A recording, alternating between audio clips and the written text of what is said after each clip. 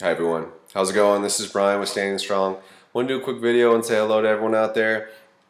You know, I want to always start with a same kind of style that I do, start with an encouragement, because I know that what you guys are going through is maybe the hardest thing you've ever done. It's certainly very one of the worst trials. I'm not going to say it's the worst, but some people would call it the worst. Losing your spouse and all the things that happen, being injured on a level where you let someone into the deepest parts of your soul, and the fallout from that is huge. So whether this is a new kind of scenario in your life, or it's something that you've been trying to kind of sort out for a number of years, and you're a little bit further down that path to healing and wholeness, I just want to say to everyone out there that God loves you. Don't give up.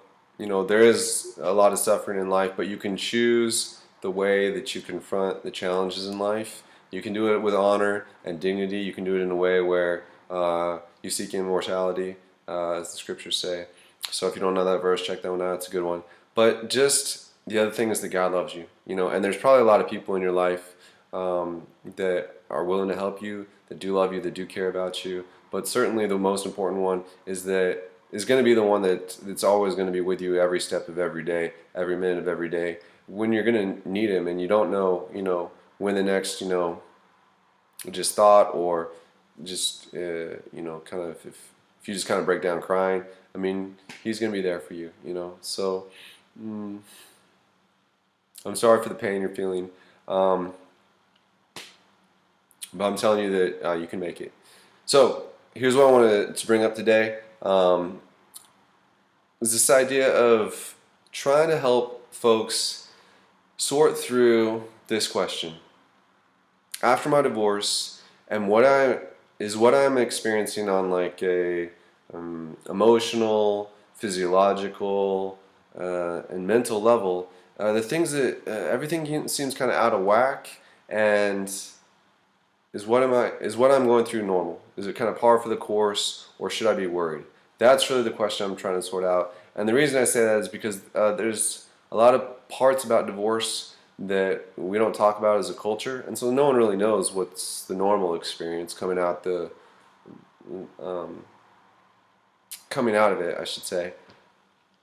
And look, there's enough stress in your life already with all the choices and changes that are happening, that I thought it'd be nice if there was like one last thing you had to worry about, which was, should I be really concerned? So, like, here's some things, and I'll just try to go through a quick list of stories, things that I've heard from folks, and then what I'm going to do is just open up the comments and let the community kind of share as they like something that happened to them that was a bit of a curveball, something they weren't expecting, that it happened to them as kind of a reaction to the whole divorce bit, and they never saw it coming. So here's some examples. For one, I had a good friend.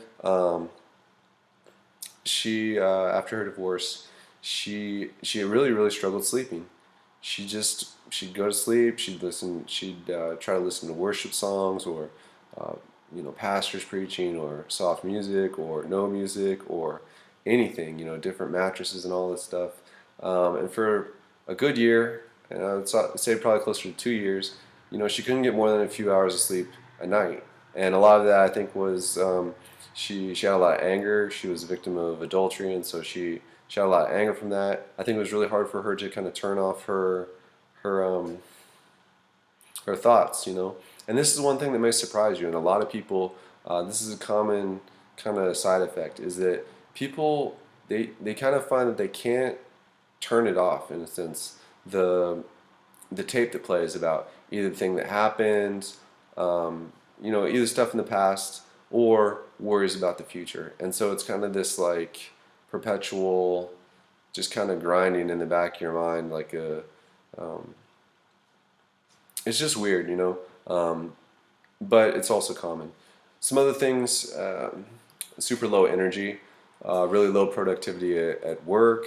A lot of people either eat in order to kind of feel better, or are just so tired and just out of it, they just don't eat, and so lose weight, don't get proper nutrition. Um, Maybe just yeah, just having a tough time going to the gym. I remember trying to go to the gym sometimes, and it was like there's just nothing in the tank. I mean, I get there, and the intensity of the workouts were just so low. I mean, it was like, man. I mean, it was just really strange. Other things someone told me a story about how they would go to sleep and um, they'd lose continence in the middle of the night, so they would basically, while sleeping, go to the bathroom, while in bed, and then wake up and realize, what had happened and have to, go and clean themselves up, and this is something that people don't talk about, because I don't know. I mean, it just doesn't fit well in the sitcoms or the movies where everyone is trying to, make light of divorce and just say, oh, it's no big deal. You just, move on to the next person, or it's these things that people don't want to talk about. And so that's why I want to try to bring it up, because a lot of the things just, you don't know what to expect. And so if something like this happens to you, you may be really wondering, man, I mean, what is this really like normal? Or, I mean, should I be more concerned about what's going on? Uncontrollable crying, like I said, inability to focus at work, low productivity.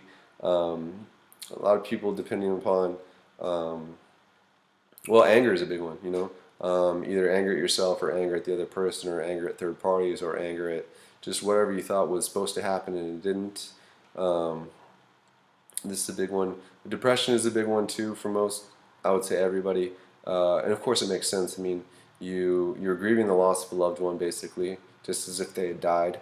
Um, and in all intents and purposes, I mean, if they're largely out of your life for the time being, uh, I mean, it's like you've lost them. You lost your dream of your marriage. You lost your marriage for the time being.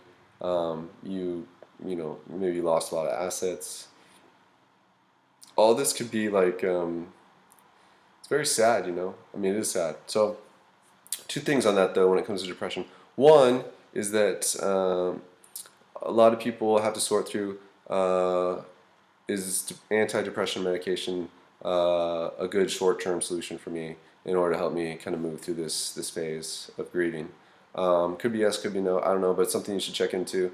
The other one is that for a lot of folks, I mean, in really awful situations, they may feel just stuck with no answers, that most of the things that they really cared about were kind of taken from them in their life. Because people lose things more than just like a spouse. You can lose kids, you can lose assets, you can lose your retirement, you can lose your home, you can lose your reputation, you can lose your job, you can lose your friends, you can lose, it just goes on and on and on. You can lose, I mean, even your faith in humanity or in yourself or your confidence or, the list goes on and on. But the reasons to be sad is just you have many. So, but some folks get so stuck in that that they really start thinking, man, maybe it'd just be better just to not live. I mean, if life is full of this much suffering, maybe it's just time to throw in the towel, call it a day, and that's it for them. But two things I would say on that. One, God loves you a lot. If you're in Him, if He's come and done the work in your life, He loves you. He has a good plan for you. There's a lot of people that walk through divorce, including him, and have come out on the other side and figured out how to rebuild, how to put things back together. And as some people say, there's a message after the mess, that you can really, especially with the divorce rates today, there's going to be a huge opportunity for you to minister, to bless, to help other people, to coach other people through what's a really difficult process. And so don't forget that God still has an awesome plan for your life, even if some people in your life have kind of exited. That's a huge thing. Okay. The other thing is, I mean, there's a lot, as you know, but there's a lot of professionals out there and groups and people that are trained to help people focus and work through, thoughts of like self-harm or suicide. So, look, those are.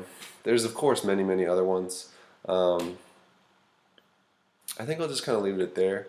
or leave it there, and let you guys comment in the comment box below about, what was the thing that happened to you that you just weren't expecting, and it caused you some anxiety or some worry in the sense of, is this okay? I mean, is this a normal reaction?